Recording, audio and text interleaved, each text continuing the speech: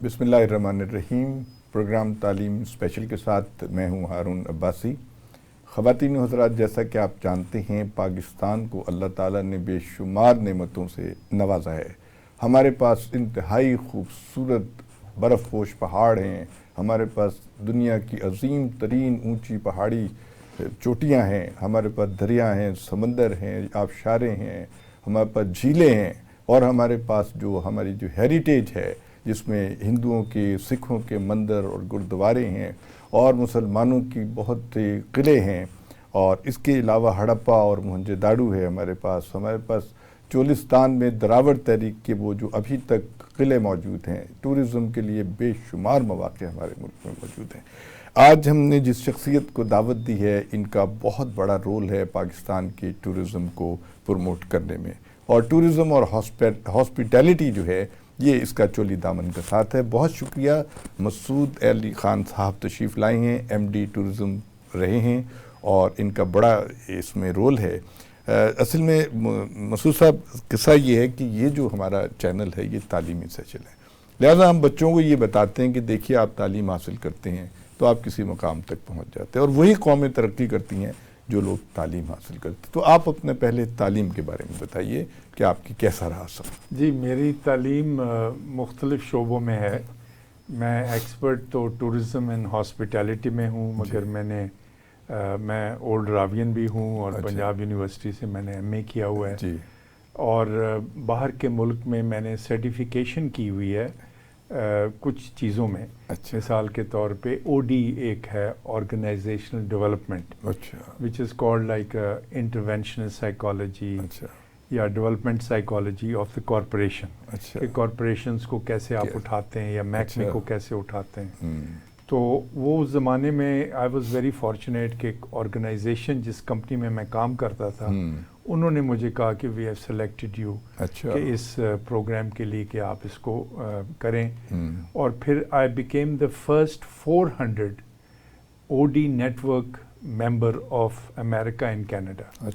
تو وہ بکلیٹ ایک چھپتی تھی، اور ابھی بھی شاید وہ ہوگی، جس میں فرسٹ 400 میں نام میرا بھی ہے، اور شاید کوئی پاکستانی اس میں یہ بڑا آنر ہے، پاکستان کے لیے آنر ہے۔ تو اس طرح کے پھر ہوٹل مینجمنٹ بھی کیا، اور ریسٹورنٹ مینجمنٹ بھی کیا، اور بہت ساری کانفرنسز اور ٹریننگ اینڈ ڈیولپمنٹ کورسز کیے، جو کہ میں سمجھتا ہوں کہ وہ ایک آپ کی بنیاد بناتی ہے تعلیم میں۔ اور جو بچہ بھی ایجوکیشن لے رہا ہے آج کل، آپ کو پتہ ہے کہ ایجوکیشن میں صرف ایجوکیشن کافی نہیں ہے، آپ کو ایکسٹرا کریکولر ایکٹیویٹیز چاہیے ہوتی ہیں آپ کی پرسنالٹی ڈیولپمنٹ۔ بالکل، اگر وہ نہیں ہے اور صرف تعلیم ہے تو پھر دنیا میں آپ بہت مشکل سے کامیاب ہوں گے۔ بالکل، تعلیم میں لیڈرشپ بھی بہت چاہیے ہوتی ہے، ویژن بھی چاہیے ہوتی ہے۔ تو جب آپ کا ایکسپوجر ہوتا ہے مختلف کانفرنسز میں، مختلف ورکشاپ میں، مختلف ٹریننگ پروگرام میں، تو تب آپ کی پرسنالٹی ڈیولپمنٹ بھی ہو رہی ہوتی ہے to take over as a C O, as M D, as chairman. اور یہ بہت ضروری ہے کہ ہماری یونیورسٹیز میں، کالجز میں، اور خاص طور پہ سکولز میں بچپن سے اس قسم کی گرومنگ ہونی چاہیے، کیونکہ اگر بچپن میں آپ یہ گرومنگ نہیں کریں گے تو بڑے ہو کے تو وہ بکھرے ہوئے ہوں گے، اور ان میں وہ چیزیں نہیں ہوں گی۔ اگر آپ کو یاد ہو کہ گورنمنٹ کالج میں بھی جو ہمارے مین کالجز ہیں لاہور کے، ان میں انٹر کالجیٹ ڈیبیٹس ہوا کرتی تھیں، اور آپس میں ایکسچینج ہوتا بڑا ہیلتھی کمپٹیشن تھا، اس میں مختلف قسم کی کمپٹیشن ہوتی تھی، میچز ہوتے تھے، اور بہت سارے پلیز اور اس طرح۔ تو یہ ساری چیزیں جو تھیں یہ اس زمانے کے بچوں کو ہیلپ کر رہی تھی، اور آپ دیکھ لیں کہ اس زمانے کے بچے جتنے بھی ہیں وہ بڑے ہائی پوسٹ پہ جا کے ریٹائر ہوئے ہیں۔ بالکل۔ تو میں سمجھتا ہوں کہ یہ بہت ضروری ہے کہ تعلیم میں یہ جو ایک فقدان ہے، جو ایک گیپ ہے، اس کو پاکستان میں یہ کمی کو پورا کرنا چاہیے۔ اچھا مسعود صاحب، آپ گورنمنٹ کالج میں رہے، اور گورنمنٹ کالج کی بڑی سنہری روایات ہیں، اور خاص طور پہ اگر میں یہ کہوں کہ ڈاکٹر نذیر صاحب جو ہیں ان کا بہت اہم رول پلے انہوں نے، آپ ان کے بارے میں کیا جانتے ہیں؟ میں جی سمجھتا ہوں کہ ہر کالج میں جو اس کا پرنسپل ہے یا اس کا وائس چانسلر ہے یا ڈین ہے، وہ رول ماڈل ہونے چاہیے۔ اور بچے جو ہیں وہ بالکل ایک انوسینٹ مائنڈ ہوتے ہیں ان کے، اور وہ سمجھتے ہیں کہ ہم بہت کچھ جانتے ہیں مگر بہت کم جانتے ہیں، تو وہ اس رول ماڈل کو وہ فالو کرتے ہیں۔ تو میرا جو رول ماڈل تھے وہ ڈاکٹر نذیر تھے، جو بالکل سمپل ڈریس میں پوری ایک انسائکلوپیڈیا تھی، اور جو ان کا نالج تھا وہ صرف سائنس میں نہیں، he was a scientist, science میں نہیں، شاعری میں، لٹریچر میں، دنیا کی مختلف چیزوں میں ان کا انٹرسٹ تھا۔ تو میں سمجھتا ہوں کہ اس طرح کے رول ماڈل ہمیں کالجز اور یونیورسٹی میں زیادہ پیدا کرنے چاہیے، اور وہ میموریز آج تک میرے ساتھ ہیں، جو ڈاکٹر نذیر کا ایک کردار تھا، ایک پارٹیسپیٹیو سٹائل آف مینجمنٹ تھا، ایک لیڈرشپ تھی، اور دروازے ہمیشہ کھلے ہوتے تھے، ہم بچے کبھی بھی جا کے ان سے بات کر سکتے تھے۔ تو میں سمجھتا ہوں whenever I talk of government college and Dr. Nazir, I become very very emotional about him۔ مسعود صاحب، ایک بات ان میں یہ بھی کوالٹی بہت مشہور تھی کہ وہ میرٹ کا بہت خیال رکھتے تھے، الٹی سیدھی سفارشیں یہ نہیں ہے کہ چیف منسٹر کا فون آ جائے اور وہ کسی تھرڈ ڈویژنر کو جو ہے داخلہ دے دیں اور کسی کا حق تلفی کریں، ایسا نہیں کرتے تھے وہ۔ میرا خیال ہے کہ بہت سارے ان کے بعد بھی ایسے آئے گورنمنٹ کالج میں بھی جو اسی روایت پہ وہ فالو کرتے رہے، کیونکہ وہ رول ماڈل کی جو یاد تھی، میموری، وہ کافی الائیو تھی سب کے مائنڈ میں۔ اور اسی طرح کا اگر ہم ایک کلچر پیدا کریں جو میرٹ کی بیس پہ ہو، تو ہمارا ملک میں بہت پوٹینشیل، ہمارے ملک میں بہت قابل لوگ ہیں، اور ہم بہت ترقی کر سکتے ہیں اگر سارا انفراسٹرکچر جو ہے ہم میرٹ پہ ڈیولپ کریں، صرف کالجز یونیورسٹیز میں نہیں، منسٹریز میں، پرائیویٹ سیکٹر میں، محکموں میں، یہ میرٹ جو ہے نا، اگر اس کی سمجھ آ جائے، میرٹ سے مراد میرا وہ شخص ہے جو اپنی فیلڈ میں ماہر ہے، بالکل اپنی فیلڈ میں ماہر ہے، اور اس نے بہت سارے تجربے کیے ہیں، تجربات سے وہ اٹھ کے یہاں تک پہنچا ہے، تو اس کو چانس دینا چاہیے تاکہ وہ آگے قدم رکھے اور ملک کے لیے کوئی کنٹریبیوشن کر سکے۔ اور آپ حیران ہوں گے کہ بعض دفعہ بعض لوگ نیگیٹو چیزیں پھیلاتے ہیں، ہمارے لوگوں میں پازیٹیوٹی بھی بہت ہے۔ ہماری نیشن جو ایک ہے، میری کمپنی میں، میری کنسٹرکشن کمپنی بھی تھی اور کنسلٹنسی بھی تھی ہاسپٹیلٹی اینڈ ٹورزم میں، اور ابھی بھی ہے۔ تو مجھے تجربہ یہ ہوا ہے کہ جو عام آدمی ہے، یعنی میں آپ کو ایک ایگزامپل دوں، اس سے آپ بڑا پراؤڈ فیل کریں گے، بلکہ ساری نیشن کو پراؤڈ فیل کرنا چاہیے۔ میں بڑی دفعہ گیا ہوں، تو جب کنسٹرکشن کا جب لنچ پیریڈ ہوتا ہے تو مزدور بیچارے بیٹھے زمین پہ 3-4 روٹیاں خشک، اس میں اچار اور کوئی دال لے کے بیٹھے کھا رہے ہیں، ہاتھ دھو کے بیٹھے ہوئے ہیں ایز اے فیملی سارے۔ اور جب بھی میں پاس سے گزرا تو مجھے وہ ہمیشہ کہتے رہے کہ آئیں جی بہت کھانا ہے، آئیں مل کے کھائیں میرے ساتھ۔ یہ بتائیں یہ کتنی عظیم چیز ہے کہ بہت کھانا ہے، محبت، یعنی محبت، اور یہ فرٹرنیٹی، اور یہ جو یہ عام انسان میں، آپ باہر کے ملکوں میں ٹریول کریں تو they are robots, they have become quite indifferent to the human relationship, مگر ہماری قوم میں ابھی بھی وہ موجود ہے کہ کتنی بڑی بات ہے کہ خشک روٹی ہے، ان کو خود پورا نہیں ہو رہا، مگر وہ انسسٹ کر رہے ہیں کہ آئیں آپ ہمارے ساتھ، کھانا بہت ہے، بڑی بات، یہ کتنی بڑی عظیم، یہ عظیم نیشنز کی ایک کریکٹرسٹک ہے جس کو ہم ہائی لائٹ نہیں کرتے۔ پھر آپ دیکھیں جو ایک لیبر ہے یا کسان ہے، وہ کس انوائرمنٹ میں کام کر رہا ہے، ہاں جی، کس انوائرمنٹ میں، دھوپ بھی ہے، گرمی بھی ہے، نہ اس کے سر پہ ہیٹ پہنا ہوا ہے، نہ اس کے کافی بریکس اور لنچ بریکس ہو رہے ہیں، نہ اس نے کوئی یونیفارم ایسا پہنا ہے جو اس کو، نہ اس نے بوٹس پہنے ہوئے ہیں تاکہ وہ گرے تو بچ سکے۔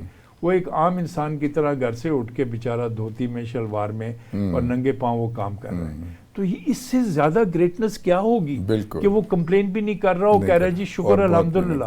یعنی میں نے ان لوگوں کے منہ سے سنا ہے کھانے کے بعد وہ کہہ رہے ہیں شکر الحمدللہ۔ تو یہ کون سی نیشن میں آپ دیکھتے ہیں؟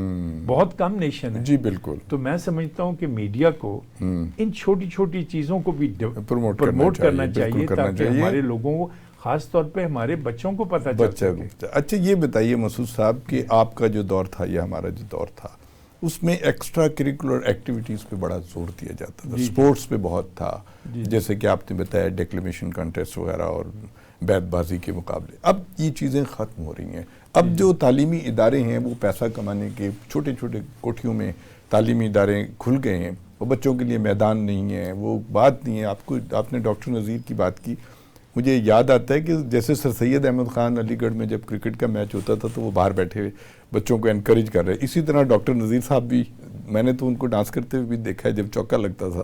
وہ مطلب پارٹیسپیشن، ایک لوگوں کے ساتھ گھل ملنے کا. اس میں یہ کیا ہے؟ ایک ریالٹی ہے، ہاں. ایک چیلنج ہے جس کو سمجھنا بہت ضروری ہے. جی وہ یہ ہے کہ تب پاپولیشن بہت کم تھی. جی یونیورسٹیز میں بچے بھی کم تھے، کالجز میں بھی بچے کم تھے. اب جو 20 سال سے ایک مشروم گروتھ آف پاپولیشن ہوئی ہے، اوور پاپولیشن ہوئی ہے، اس کی وجہ سے فقدان پیدا ہو گیا ہے کہ جو گورنمنٹ کے انسٹیٹیوشنز، کالجز، یونیورسٹیز وغیرہ ہیں وہ کوپ نہیں کر سک رہے تھے ڈیمانڈ کے ساتھ. ٹھیک ہے. تو پرائیویٹ سیکٹر کو آنا پڑا. اگر پرائیویٹ سیکٹر نہ آتا تو ایک بہت بڑا گیپ کریٹ ہو جاتا.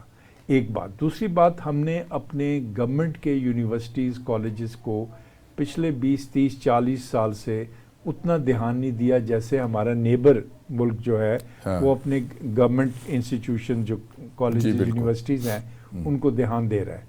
اگر ہم ایک لیجسلیشن پاس کر لیں کہ ہمارے ہر قسم کے بچے جو ہیں ان کو گورنمنٹ یونیورسٹیز میں، کالجز میں پڑھنے کی ایک ملے اپرچونٹی، اور ساتھ ساتھ جو یہ ایکسٹرا کریکولر ایکٹیویٹیز کا جو آپ نے سوال کیا ہے اس میں گورنمنٹ کو پرووائڈ کرنی چاہیے یہ ساری چیزیں، جو پلے گراؤنڈز ہیں. اور جو اسکول چھوٹے چھوٹے ہیں ان کے تو یہ فیزیبلٹی نہیں ہے. جو بڑے انسٹیٹیوشنز ہیں میں دیکھ رہا ہوں ان میں یہ ٹرینڈ پیدا ہو گئی. اچھا. یہ ہمیں پازیٹیولی اس کو دیکھنا چاہیے کہ جتنے بھی اب نئے کالجز، یونیورسٹیز آ رہے ہیں اس میں نے دیکھا ہے کرکٹ گراؤنڈز بھی ہیں اور ٹینس کے بھی ہیں، سوئمنگ کے بھی ہیں. یہ ایک بڑا اچھا رجحان ہے. اور یہاں تک کہ جو ٹرسٹ بن رہے ہیں، ٹرسٹ سکول جو بن رہے ہیں وہ بھی یہ چیزیں پرووائڈ کر رہے ہیں یا ایفیلیٹ کر رہے ہیں. تو میں سمجھ رہا ہوں کہ اوور پاپولیشن جو ہے نا، یہ بھی ایک فیکٹر ہے، بہت بڑا فیکٹر ہے. اس کی وجہ سے اتنا پریشر ہے ایجوکیشن ایریا میں اور دوسرے ایریاز میں بھی کہ ہماری جو گروتھ ہے is not in proportionate to the growth of population. وہ جو ایک روٹی تھی پہلے ایک آدمی کھاتا تھا، اب 4 کھاتے ہیں اور آج کے دن میں 8 لوگ کھاتے ہیں. لیکن مسعود صاحب یہ بھی تو بتائیے نا کہ یہ جو تعلیم ہے یہ اتنی مہنگی ہو گئی ہے. اب ہر جگہ بورڈ لگے ہوتے ہیں کہ جی او لیولز کرنا ہے تو 8 لاکھ روپے جمع کرا دیں اور اے لیولز کرنا ہے تو یہ. تو جو عام آدمی ہے، جو ایک سرکاری ملازم ہے یا ایک بیچارہ جس محدود آمدنی، وہ اپنے بچوں کو کیسے پڑھائے گا ان میں؟ میں تو چونکہ تعلیم کا مجھے زیادہ ایریاز نہیں پتہ، میں تو ٹورزم اور ہاسپٹیلٹی کی میری ایکسپرٹیز ہیں، مگر میں سمجھتا ہوں کہ گورنمنٹ کو دیکھنا چاہیے. گورنمنٹ کو دیکھنا چاہیے. اور میں سمجھتا ہوں کہ جو اتنے جو فیسز ہیں شاید اس کی وجہ یہ بھی ہے، ایک مہنگائی، دوسری کہ ہم باہر کے ملکوں کے ساتھ ہماری ایفیلیشن ہے او لیولز کی، اے لیول کی. اور جو آپ دیکھیں باہر ایجوکیشن بہت مہنگی ہے. یعنی آپ کی جو ہائر ایجوکیشن ہے وہ دنیا میں شاید 2% ہے. جی بالکل. Of total world population. اور پاکستان میں شاید 0.5% ہوگی جو ایم اے تک پہنچتے ہیں. تو میں سمجھتا ہوں کہ ہمیں اگر ہم نے ترقی کرنی ہے تو ہمیں چاہیے کہ ایجوکیشن میں جو میٹرک لیول تک ہے وہاں ہم اس کی بنیاد مضبوط کریں اور اس میں سکل ٹریننگ بھی دیں. سکل ٹریننگ جو ہے نا وہ بڑی ضروری ہے. Education with skill training is now the demand of the world.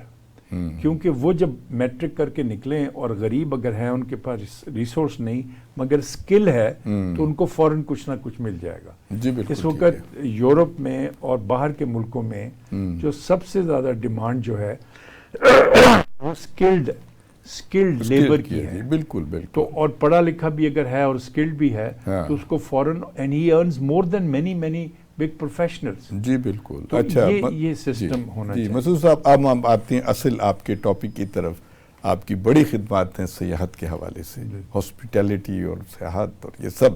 اس کے بارے میں آپ بتائیے. آپ ایم ڈی رہے تو آپ پاکستان میں کتنی پوٹینشیل ہے سیاحت کی، اس کے بارے میں ذرا تفصیل. جی میں پہلے تو تھوڑا سا آپ کا تعلیم ٹی وی اسٹیشن ہے تو تھوڑا سا ٹورزم کے بارے میں پہلے میں اپنے لوگوں کو بہت لوگ جانتے ہیں مگر تھوڑا سا اور میں ایجوکیٹ کرنا چاہتا ہوں. اس کا اچھا ہوتا ہے ذرا. دیکھیں ٹورزم کو سمجھنے کے لیے اس کے پلرز کو انڈرسٹینڈ کریں. اچھا.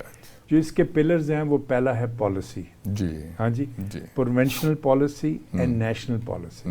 پروونشنل کا لفظ میں اس لیے بول رہا ہوں کہ آفٹر 18th امینڈمنٹ جی ہاں صوبوں کو کافی اختیارات دی گئے اور فیڈرل کے پاس بہت تھوڑا رہا. جی بالکل. دوسرا ہے انفراسٹرکچر. تیسرا ہے فنڈنگ. چوتھا ہے مارکیٹنگ. پانچواں ہے environment. Sustainable environment is now the very big issue. اب آپ دیکھیں کہ ایز اے اینالسٹ آپ ایویلیویٹ کریں کہ ہماری نیشنل ٹورزم پالیسی کیا ہے. میں نے مشرف صاحب کے ساتھ میں نے سرو کیا. Is a great man. I really enjoyed working with him. ٹھیک ہے. اینڈ اس وقت مجھے جب میں نے ٹورزم سے کیونکہ یہاں مجھے کچھ تھوڑے سے الرجیز ہو رہے تھے اسلام آباد میں تو میں نے کہا یار اب کافی کر لیا تو میں واپس جانا چاہتا ہوں لاہور. تو مجھے انہوں نے کہا نہیں. تو پھر مجھے انہوں نے ایڈوائزر ٹو سینٹ بنا دیا آن نیشنل ٹورزم کمیٹی جو ان کی ہوتی ہے. تو اس میں انہوں نے کہا تمہارے پاس اب فریڈم ہے تو ہمیں نیشنل ٹورزم پالیسی بنا کے دو پرائم منسٹر کو. اس وقت شوکت عزیز تھے. تو میں نے وہ نیشنل ٹورزم پالیسی وغیرہ بنائی. مگر وہ اس وقت مجھے کہا گیا تھا کہ ہم نے 3 لوگوں کا کاؤنسل بنایا اور اس میں تمہارا ایک نام ہے اور ایک بہت بڑے شخص کا نام ہے اور ایک اور ہم ڈھونڈ رہے ہیں جو پرائم منسٹر کے ساتھ کام کریں گے. اور انہوں نے کہا کہ یہی ہمیں پالیسی چاہیے تھی which you have translated practical national tourism policy. ایک ہوتا ہے کتابی جس میں ایک ہوتا ہے پریکٹیکلی آپ کچھ کر کے دکھائیں. صفحے بھرتے ہیں آپ آرکائیو شیلفز کے لیے شیلفز کے پیٹ کے لیے. وہ میں اس طرح کا آدمی نہیں. تو وہ میں نے پریکٹیکل بنا کے کوئی میرے خیال 15 صفحے تھے ٹورزم پالیسی. تو وہ انہوں نے کہا کہ ہم کریں گے. اچھا. آج تک جو چیزیں ہو رہی ہیں پاکستان میں جب دیکھتا ہوں لوگوں کو بات کرتے تو مجھے ایسے لگتا ہے کہ اس میں سے ٹوٹے نکال کے. اچھا. وہ کمپلیٹلی امپلیمنٹ نہیں ہوئی پوری پالیسی بلکہ رکھ دی گئی اور کہا کہ ٹکڑوں میں تھوڑا ابھی کریں گے نہیں. اچھا. ابھی کریں گے اور اس کے بعد پھر مختلف حکومتیں آتی رہیں. حکومتیں اپنا ایک کچھ کرتے رہیں. پھر ڈفرینٹ منسٹرز آئے. تو جو بھی نیا شخص آیا وہ اس میں سے ایک ٹوٹا نکال کے کہا یہ کریں گے وہ کریں گے. مگر پریکٹیکلی بہت کم چیزیں ہوئی. اچھا. اب یہ میں سمجھانے کے بعد کہ یہ چیزیں ضروری ہیں ٹورزم. جی بالکل. میں چاہتا ہوں کہ پروونسز میں اور فیڈرل گورنمنٹ میں الائنڈ تھنکنگ ہونی ضروری ہے. ٹھیک بات ہے. یعنی اگر فیڈرل گورنمنٹ پہ نیشنل ٹورزم بنتی ہے تو وہ بنے گی marketing based. Because they don't have the infrastructure any more. They are basically focusing on marketing of tourism. بالکل. اب مارکیٹنگ وہ کیا کریں گے پروونسز کو, سارے پروونسز. جی جی. تو ان کی جو پلاننگ ہے اور تھنکنگ ہے should be aligned with the province. ٹھیک بات ہے. اب پروونسز مانا کہ انڈیپینڈنٹ ہے مگر they should emerge as the assistant to help develop tourism in the provinces. بالکل. وہ ہو نہیں رہا. There is no intercommunication of federal with the ہوگا مگر وہ ایک پالیسی لیول پہ نہیں ہو رہا. پالیسی لیول پہ یہ اپنا ہم گفتگو کر رہے ہیں مسعود علی خان صاحب سے. آپ ٹورزم پالیسی انہوں نے تشکیل دی تھی جنرل مشرف کے زمانے میں. بہت کمپریہنسو انہوں نے پیپر بنایا تھا اور اگر اس پہ عمل درآمد ہوتا تو یقیناً پاکستان میں ٹورزم کو بہت پروموشن ملتی. بہت شکریہ. ابھی پروگرام جاری رہے گا. صاحب کی گفتگو سن رہے ہیں. مسعود صاحب نے ٹورزم کی پالیسی کے بارے میں ابھی گفتگو کی ہے. مسعود صاحب جب تک آپ رہے آپ نے کافی آپ کی کنٹریبیوشن ہے. یہ بات ایک فیکٹ ہے, اس میں کوئی مبالغہ بھی نہیں ہے. آپ بتائیے آپ نے کیا کیا کیا اس دور میں کام؟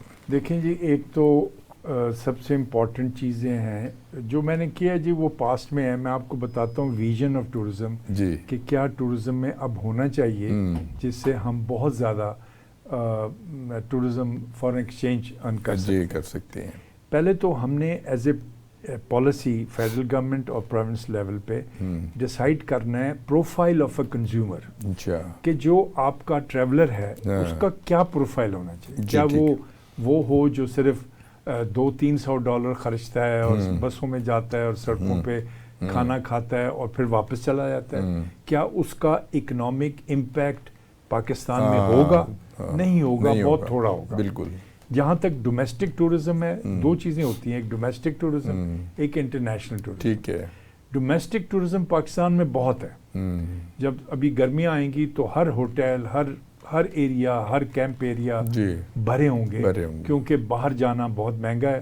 تو ہمارے لوگ اب زیادہ ٹریول کر رہے ہیں، یہ ناران، کاغان، سوات اور ادھر جاتے ہیں سب جگہ. اب اس میں جو ہم نے domestic tourism point of view سے جو خیال رکھنا ہے وہ ویسٹ مینجمنٹ ہے. ٹھیک ہے. یعنی ہماری کیپیسٹی کم ہے، ڈیمانڈ ڈومیسٹک ٹورزم کی زیادہ ہے، اس میں ویسٹ جو ہو رہی ہیں چیزیں، وہ 10 سال بعد ہمارے پاس وہ دریا نہیں ہوں گے، وہ پہاڑ نہیں ہوں گے برف والے، وہ سڑکیں نہیں ہوں گی، کیونکہ پاپولیشن اتنی زیادہ ہے. اور وہ جب جا رہی ہے تو اس کو کوئی اس کے لیجسلیشن نہیں ہے، کوئی management, waste management and water management کا کوئی سسٹم ایسا ایجاد نہیں ہوا، یا اگر ہوا ہے تو نمایاں نہیں ہے کہ وہ نمایاں ہونا چاہیے تاکہ ہم اس کو مینیج کر سکیں.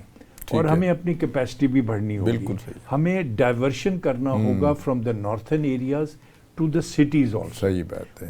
وہ چھوٹے شہر جن میں امپلائمنٹ نہیں ہے مگر ہماری ہیریٹیج ہے وہ.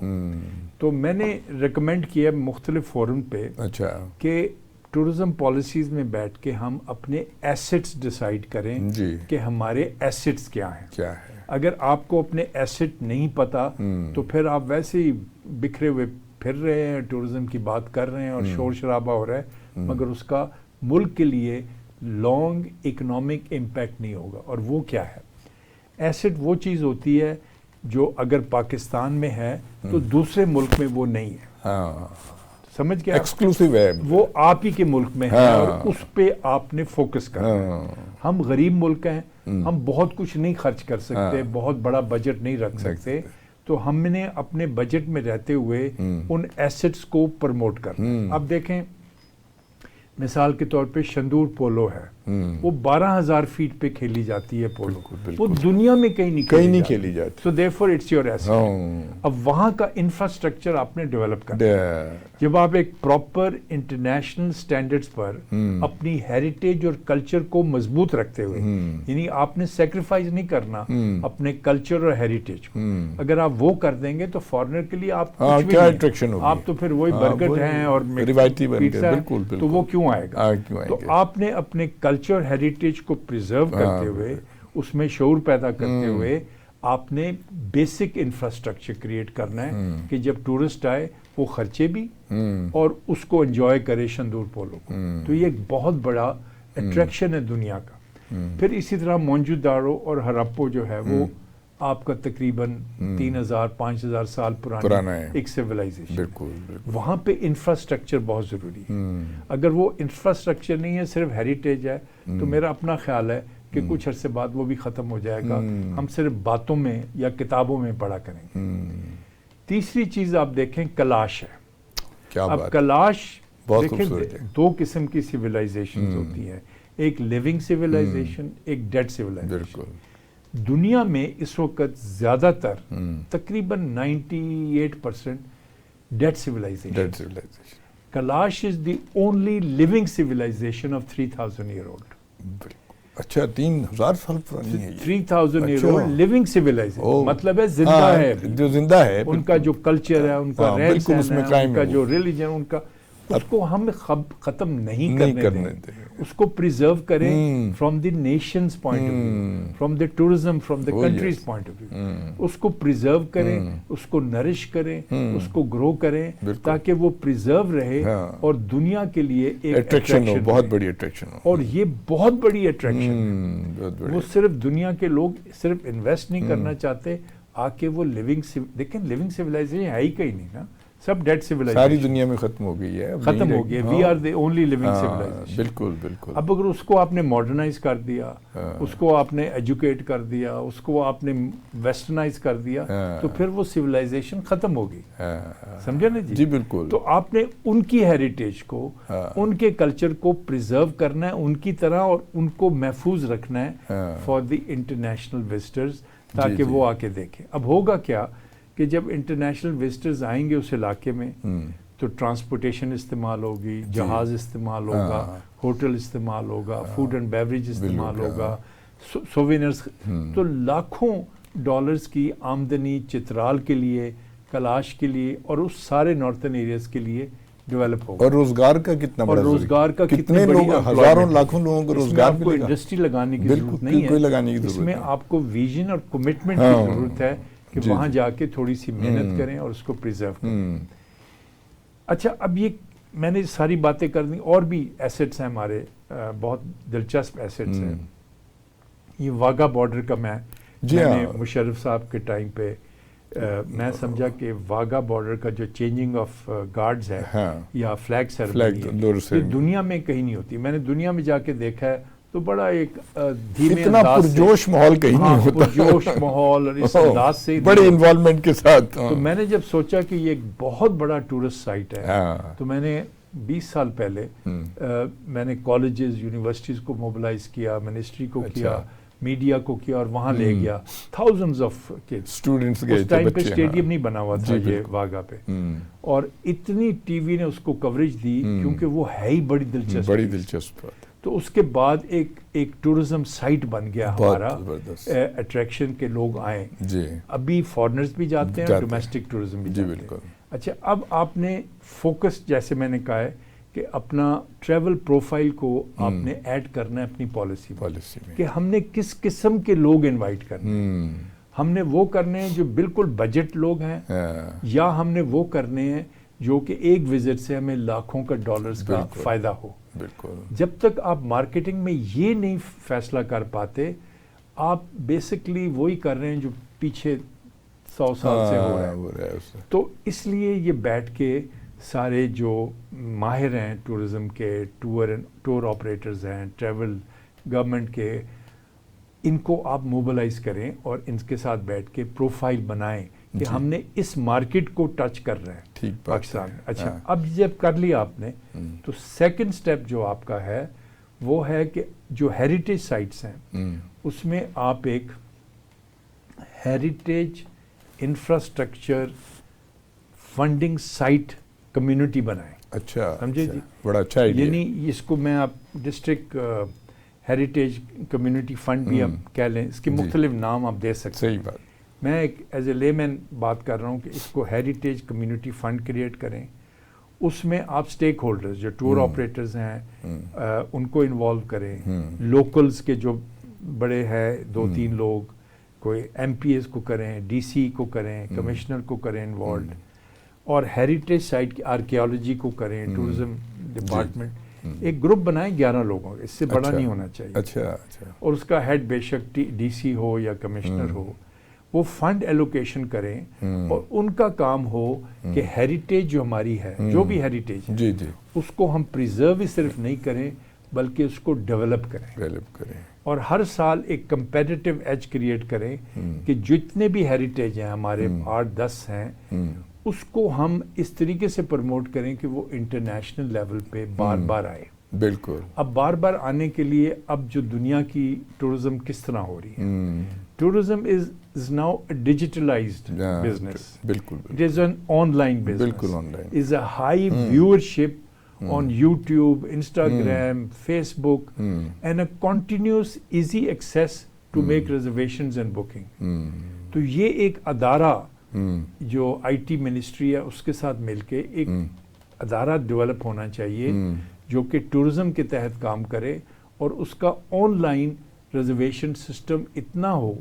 اور پھر جس طرح یہ ڈسکور پاکستان ایک چینل بنا ہوا ہے، میں نے اپنے جب میں نے Organisation for Islamic Ministers for Tourism OIC میں نے پاکستان کو ریپرزینٹ کیا. اچھا. تو اس میں نے ریکمینڈ کیا تھا جتنے بھی ڈیلیگیٹس آئے ہوئے تھے 50 ملکوں کے، میں نے ریکمینڈ کیا تھا کہ سارے مسلمان ملکوں کو مل کے ایک ٹورزم ٹی وی بنانا چاہیے. اچھا. اور اس میں نیچے بلٹس آ رہی ہوں کہ کون کون سے علاقے جو ہیں وہ ٹورزم کے لیے ہیں. میں نے کہا instantly as a 57 countries nation we will have a mega impact. بہت زبردست، بہت زبردست. اس پہ مجھے یاد ہے BBC کے رات کے 3 بجے بھی مجھے کال آیا کہ آپ کہہ رہے ہیں اسلامک ٹورزم. میں نے کہا دیر is know such thing Islamic, tourism is tourism. میں نے کہا میں آپ کے کہوں گا کرسچن ٹورزم. میں نے کہا tourism don't confuse these words. میں نے بالکل میں نے کہا ٹورزم کو اس طرح آپ ڈیولپ کریں. پھر اس کے بعد میں نے کچھ اور چیزیں بھی کہی تھی اور آپ بڑے پراؤڈ فیل کریں گے کہ میرا خیال 9 یا 11 پوائنٹس اپروو ہوئے تھے. اس میں 4 میرے پوائنٹس ہوئے تھے. ماشاءاللہ بڑی بات ہے. انہیں اور یہ اس میں ہے آرکائیو جو کتاب چھپتی ہے نا OIC کی، اس زمانے میں مشرف صاحب کے ٹائم پہ اس میں پوائنٹس میرے لکھے ہوئے ہیں. وہ کتاب ان کے آرکائیو میں ہوگی. آپ آتھر بھی ہیں کتاب کے؟ جی میں نے صرف ایک کا نہیں ہوں. میں نے hall of fame Pakistan introduce کیا. میرا بڑی خواہش تھی کہ ٹورنٹن مارکیٹ کو ہال آف فیم میوزیم بنانا چاہیے، مگر نہیں بنایا. یہ اب تو نیشنل کالج والوں کے پاس، ان کے پاس ہمیشہ سے تھا. اور جب میں نے شور مچایا تو پہلے تو وہاں پہ برانڈے میں افیم چیز ہوئے ہوتے تھے. پھر جب شور مچایا کہ میں اس کو ہال آف فیم میوزیم بنانا چاہتا ہوں تو پھر وہ ایکٹیو ہو گیا. انہوں نے ٹھیک ٹھاک کر. اب مجھے نہیں پتا کہ کیا سٹیٹس ہے، مگر میں نے جب دل برداشتہ ہو کہ میں کوئی ایکسیس نہیں مل رہا تو پھر میں نے ہال آف فیم بک بنائی. یہ پاکستان کی پہلی فرسٹ ہال آف فیم بک ہے. اور اس میں کارواں شروع ہوا ایک آدمی سے جو میں تھا، اور پھر یہ 2 بنا اور 101 یا 103 لوگ اس میں شامل ہوئے اور بڑے بڑے نام شامل ہوئے. مثال کے طور پہ جسٹس سائر علی سپریم کورٹ کے، مجیب الرحمان شامی وائس چانسلر اپنا اسلامیہ یونیورسٹی پشاور، اسلامیہ اپنا وائس چانسلر بلوچستان یونیورسٹی. اس میں یعنی بڑے بڑے دانشور اور بہت بڑے بڑے نام اس میں انہوں نے شامل کیا ہمیں. اور لیجنڈس آف، اور پھر ہم نے 7 کمیٹیز بنائیں. اس میں ہر کمیٹی کے ایکسپرٹس بٹھائے اور اس میں فنڈنگ میں نے خود اپنی جیب سے کی. بینک اکاؤنٹ کوئی نہیں کھولا تاکہ کسی کے دماغ میں نہ آئے کسی. اور ہم نے ایک ایسے لیجنڈ کو بلایا جو اس ٹائم پہ وہ 92 یا 94 ایئرس کا تھا، 92 کا تھا، مسٹر لینگلینڈ ایشین کالج کا، جس نے بہت بڑی کنٹریبیوشن کی چترال میں اکیڈمی آف ایجوکیشن وغیرہ بہت انٹروڈیوس کیا. اپنا پاسپورٹ چھوڑ دیا، پاکستانی بن گیا اور وہ ایجوکیشن میں ساری عمر اس کی گزری ہے. تو ہم نے اس کو ایز اے چیف گیسٹ بلایا، سید بابر علی صاحب کو بہت بڑھیا ہم نے ایز اے کو چیف. تو اس طرح کے ہم نے لیجنڈس، آئیکونز، ہیرو. اس میں جو مشن تھا، جو پیشن تھا پیچھے، وہ یہ تھا کہ جتنے آپ اپنے ملک میں رول ماڈلز کریٹ کریں گے، جتنے کریں گے، اتنے ہماری ینگ لوگوں میں ہوپ اینڈ کانفیڈنس آئے. نیشن کو مطلب ڈیولپ کرنے کے لیے کا آپ یہی کر سکتے ہیں. جب تک آپ یہ نہیں کریں گے تو اس میں ہم نے Legendre's, icons and heroes. Heroes مطلب ایک انسیڈنٹ سے، آئیکون تقریباً 15 سال 20 سال، اور لیجنڈ جو ہے وہ 30 سال اس نے اس چیز میں گزارا ہو تو پھر وہ لیجنڈ بنتا ہے. تو ہم نے وہ انٹرنیشنل سٹینڈرڈز کے ہر ملک میں ہال آف فیم میوزیم ہے. جی بالکل. ہمارے ملک میں نہیں ہے، جو ہونا چاہیے. یہ آپ نے ایک اور چھوٹی کنٹریبیوشن بھی کی ہے. جب میں ایڈوائزر تھا سینٹ کا، سینٹ کمیٹی کا ٹورزم کا، تو انہوں نے ریکویسٹ کی کہ خان صاحب امیج پاکستان کا کیسے. تو میں نے کہا کہ یہ ایک طریقہ کار اس کا یہ ہے کہ ہم develop a film industry as the soft image of Pakistan. جی بالکل. یعنی اس میں ہم اس انڈسٹری کو مین سٹریم میں لا کے ایجوکیٹڈ لوگ اس میں لائیں. تو ہوا یہ کہ سب نے بہت ٹائم ختم ہو گیا. نہیں کنٹینیو. اچھا اس میں انہوں نے کہا کہ آپ کیا اس کا نام بتائیں. پھر میں نے کمیٹی بنائی. میں نے دیکھا اس میں بہت گند تھا، اس ٹائم پہ بہت گند تھا. تو مانڈی والا بڑا نام تھا، یہ نور بڑا نام تھا. تو جو سینٹ کمیٹی کے چیئرمین جو تھے اسٹینڈنگ کمیٹی کے چودھری صاحب، انہوں نے کہا خان صاحب آئی ایم ود یو، جیسے آپ کہیں گے ہم کرتے رہیں گے. پھر کافی ہم نے 3-4 مہینے لگائے، سروے کیا، انالائز کیا. تو میں نے کہا ملٹی پلیکس. پھر ہم نے شوکت عزیز کو یہ پریزنٹ کیا ہے, میرے پاس اس کی کاپی ابھی بھی ہے. اچھا. پریزنٹ کیا, اس نے بہت سراہا, اس نے کہا ایکسلنٹ جاب. ملٹی پلیکسز یہ جو ایک شاپنگ مالز میں ہوتے ہیں, ٹھیک ہے, وہ جب آئیں گے تو لوگ ڈیمانڈ کریں گے کہ ایجوکیٹڈ موویز ہوں, یہ گند بلا نہ ہو سارا. جی ٹھیک ہے. تو وہ مافیا سے ہٹ کے وہ ایک جی انڈیپینڈنٹ بن گیا. ملٹی پلیکس ایک دم کووڈ سے پہلے, اگر آپ کو یاد ہو کہ سب سے پہلا ڈی ایچ اے میں بنا, مانڈی والا نہیں بنایا, جی جی, وہ بھی ہمارے کمیٹی کا ممبر تھا. ٹھیک ہے. اس کے بعد اور بنے اور وہ آگے سلسلہ شروع ہو گیا. اب ایجوکیٹڈ لوگ اس میں آ رہے ہیں, اب کارپوریشنز آ رہی ہیں اس انڈسٹری میں. جی مسعود صاحب, خواتین و حضرات بڑی خوبصورت گفتگو کر رہے ہیں. مسعود صاحب بہت انفارمیٹیو باتیں کی ہیں, اور سب سے جو اہم بات ہے وہ یہ ہے کہ انٹرنیشنل لیول پہ ہمارا جو سافٹ امیج ہے نا وہ ابھرنا چاہیے. بیرون ممالک میں ہمارے بارے میں بہت ہی غلط تصورات ہیں. جیسا کہ مسعود صاحب فرما رہے تھے کہ ہمارے یہاں جو خاص طور پہ پنجابی فلمیں بنتی ہیں اس میں گنڈاسا لے کے اور کلشن کوف لے کے اور اس طرح کی وہ کیا شو کر رہے ہوتے ہیں, کون سا کلچر ہے یہ. تو انہوں نے اس کے خلاف کام کیا. انہوں نے کہا بھئی تعلیم کو ایسا کرو کہ لوگوں کے اندر شعور بیدار ہو, لوگوں کے اندر پاکستان سے محبت اور کمٹمنٹ پیدا ہو.